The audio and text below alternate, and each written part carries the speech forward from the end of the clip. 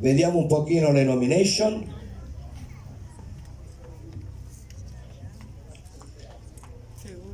Compagnia I Frastornati, aspetta, e l'altra compagnia Don Milani. Vediamo chi vince. Legge la motivazione. L'allestimento scenico ottimamente curato nei minimi particolari, l'eccellente recitazione che ha permesso allo spettatore di arrivare all'assenza della rappresentazione, cogliendo le varie sfumature dei personaggi, i costumi azzeccati e le musiche adeguate, il tutto coordinato da un'ottima regia. Questi criteri che hanno dato vita ad uno spettacolo assolutamente ben riuscito. Per questi motivi vince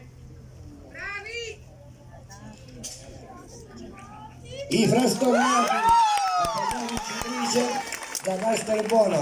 Hanno preso tutto a mani basse.